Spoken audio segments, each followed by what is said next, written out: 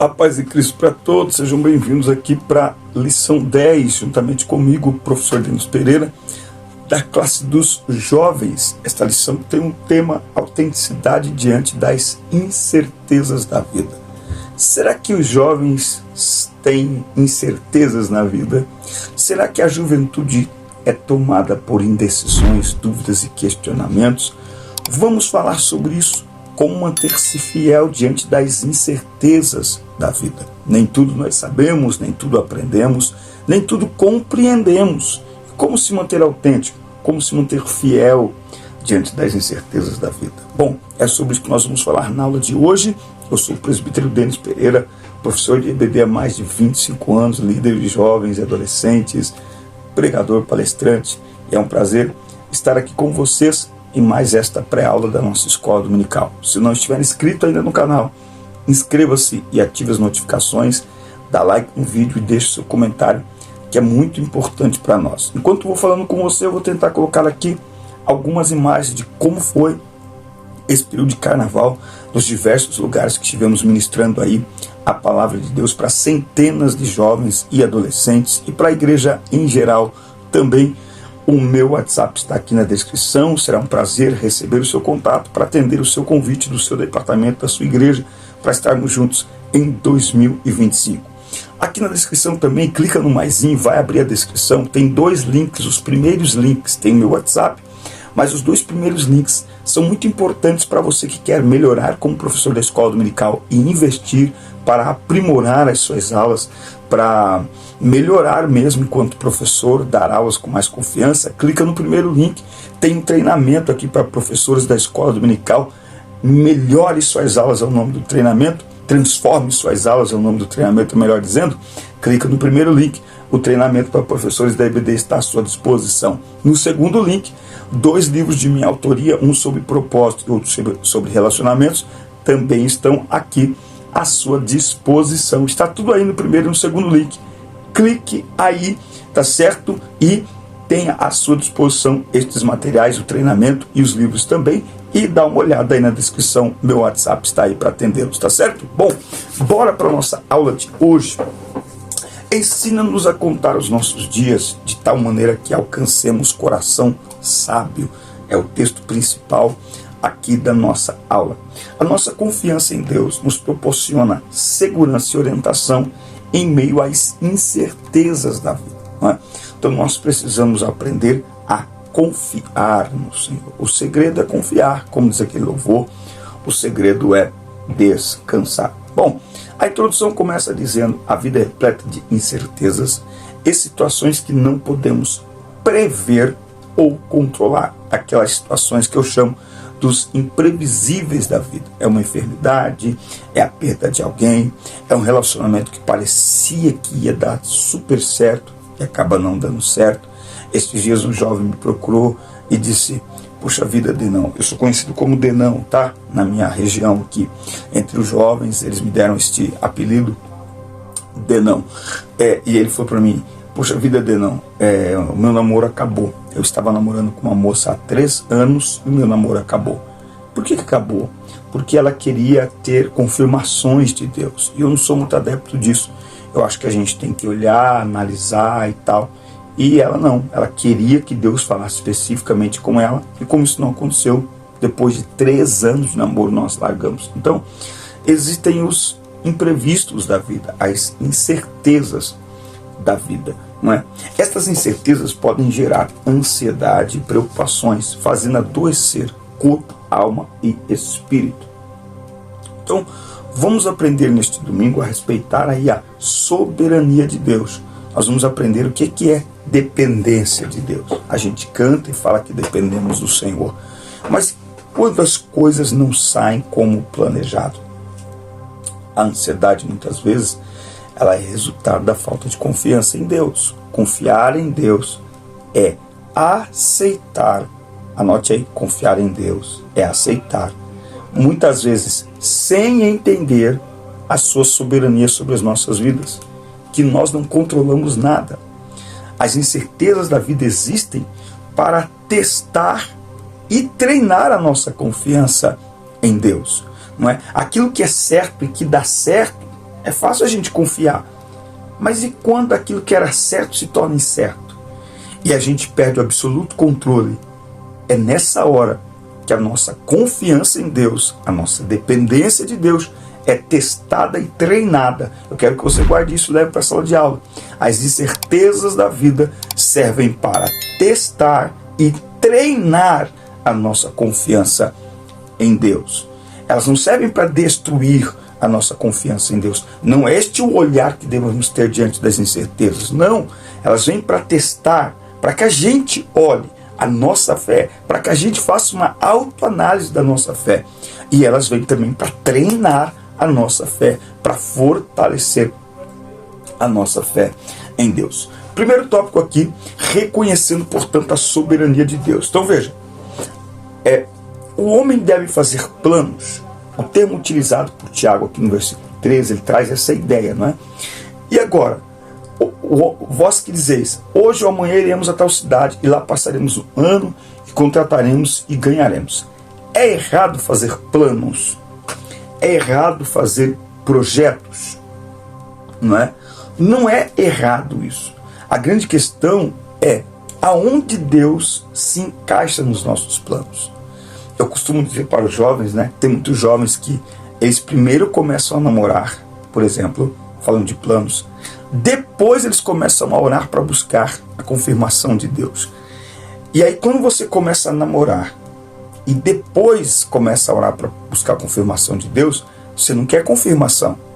Você está avisando Deus. Você não está pedindo. Você já começou o projeto, já começou o plano. Não é? Então, por isso que a oração, ela não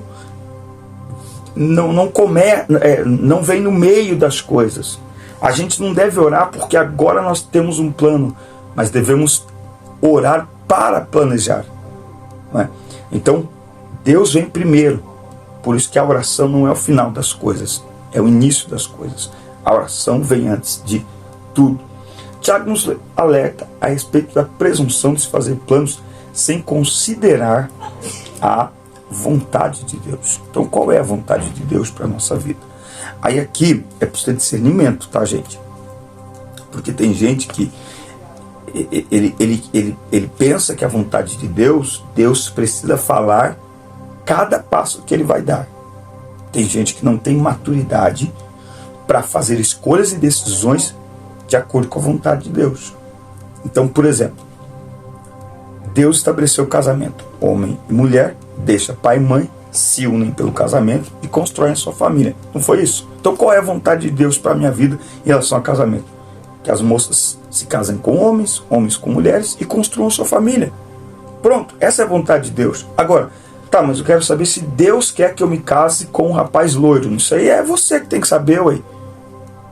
Ah, eu quero saber se Deus quer que eu me case com uma moça baixinha ou uma moça super alta, altura de top model, 2,10 de altura. Isso é você, que enche teus olhos, entende?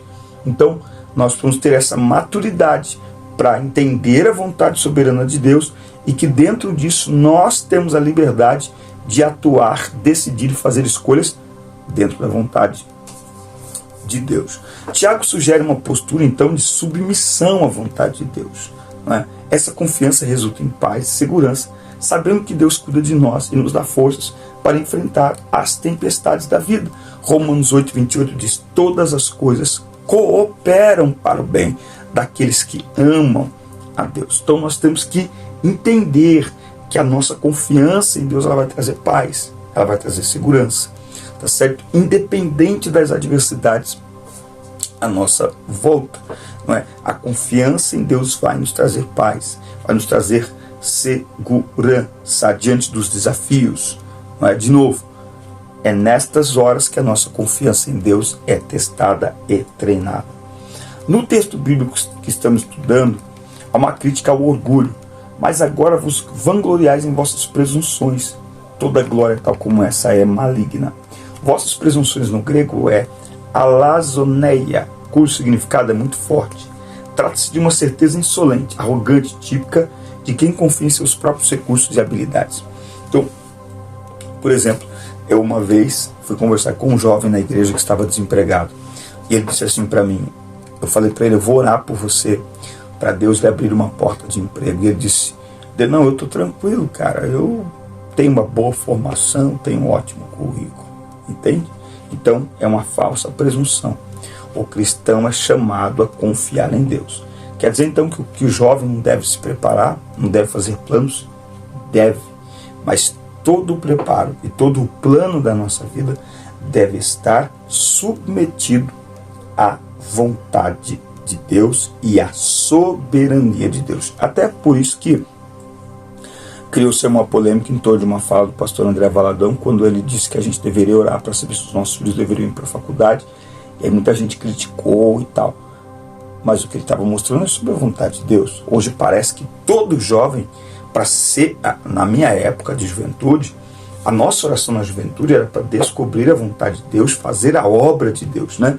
Mudou-se, e o jovem hoje, dentro da igreja, ele é incentivado para o mundo acadêmico, embora não seja preparado, mas ele é incentivado. Você tem que fazer faculdade, tem que fazer faculdade, tem que fazer faculdade, tem que fazer faculdade. Mas isso é o máximo para todo mundo? Para Deus realizar grandes coisas na sua vida e te fazer bem-sucedido, você tem que ir para uma faculdade. E aí tem muita gente sem saber a vontade de Deus, sem buscar a vontade de Deus, e aí sim é bom buscar uma diretiva bem direta de Deus, né? Porque nós não nos conhecemos. O jovem aos 17, 18 anos, ele não está muito certo sobre o que estudar, sobre o que fazer. Ele é muito influenciado. Então aí seria uma boa hora para reunir a família, dobrar o joelho no chão e orar. Senhor, qual é a faculdade que o Senhor quer que eu faça?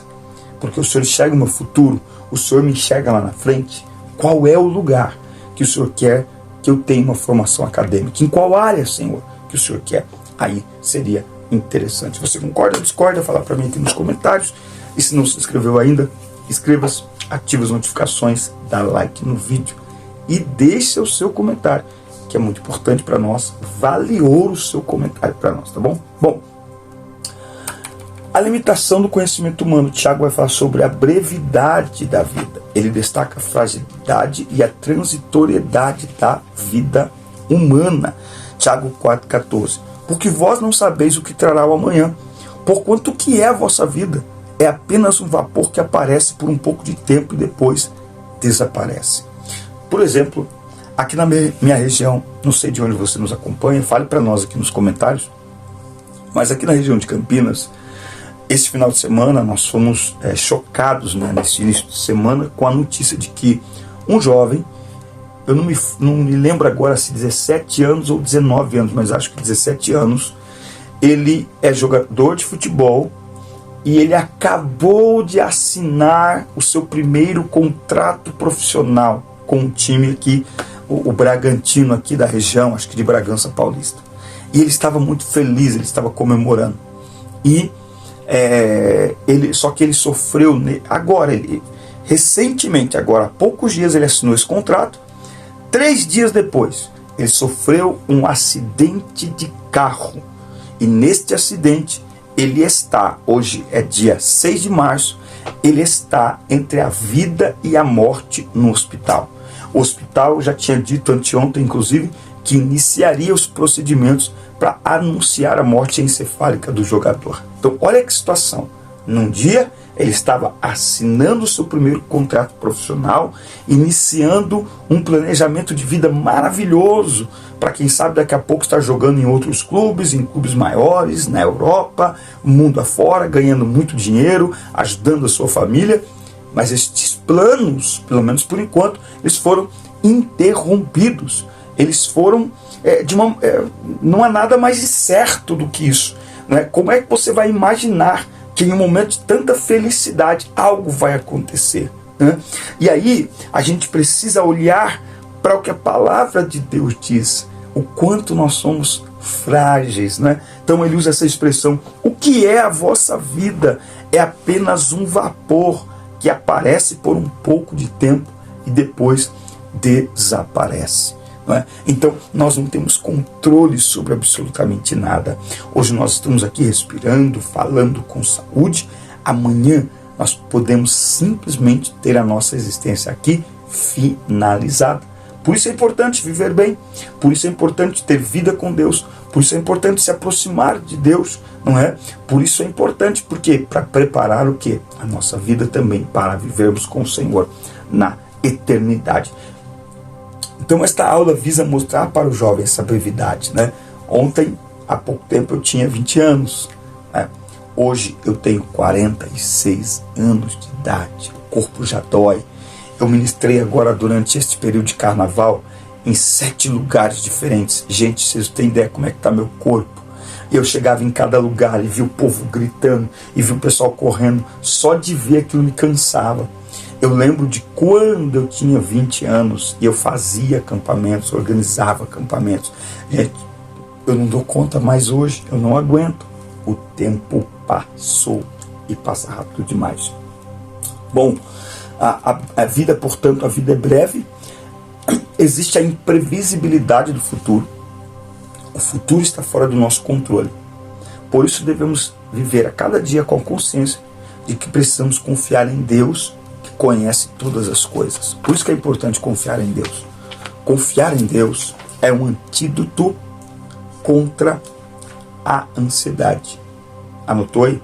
Confiar em Deus é um antídoto contra a ansiedade. E esse confiar em Deus não é apenas uma confiança cega, não é uma confiança retórica, não é uma confiança real. Sabe por quê? Olha o que diz o Salmo 139:16. Os teus olhos viram a minha matéria ainda imperfeita, e no teu livro todos os meus membros foram escritos, os quais eram continuamente formados, quando nem ainda havia nenhum deles. Isso aqui para mim, ele é extraordinário. Extraordinário. Ele diz ainda que todos os nossos dias foram contados diante do Senhor. Por que isso? Porque nós precisamos ter esta mentalidade de que a nossa vida está nas mãos do Senhor. A nossa vida está nas mãos do Senhor. Os teus olhos viram a minha matéria ainda imperfeita, e nos teus livros os meus membros foram escritos, os quais eram continuamente formados. Então veja, a nossa vida já está planejada por Deus. Quantos dias viveremos, o que seremos, está tudo planejado por Deus. Então, quando nós confiamos em Deus, nós damos ao Senhor o poder de preservação do nosso coração contra a ansiedade. Eu quero chegar aqui, em Filipenses, capítulo 4, versículo 6. Por nada estejais ansiosos, mas em tudo, pela oração e súplica com ação de graças, sejam as vossas petições conhecidas diante de Deus. E a paz de Deus, que excede todo entendimento, guardará os vossos corações e as vossas mentes através de Cristo Jesus. Então, quando nós confiamos no Senhor e declaramos isso em oração, Ele guarda o nosso coração, Ele preserva o nosso coração, Ele protege o nosso coração. Porque se tem uma coisa que nós não controlamos é o futuro. Mal e mal nós controlamos o agora. Nós não controlamos nem o hoje. Mal nós controlamos o agora. Então, quando nós confiamos a Deus o nosso futuro, confiar a Deus o nosso futuro é planejar, mas não fazer do nosso planejamento um Deus da nossa vida. Como assim, professor? Devemos planejar, mas quando nossos planos derem errado, nós não devemos nos decepcionar com o Senhor. Afinal de contas, Isaías 55 diz que Ele tem planos maiores e melhores ao nosso respeito.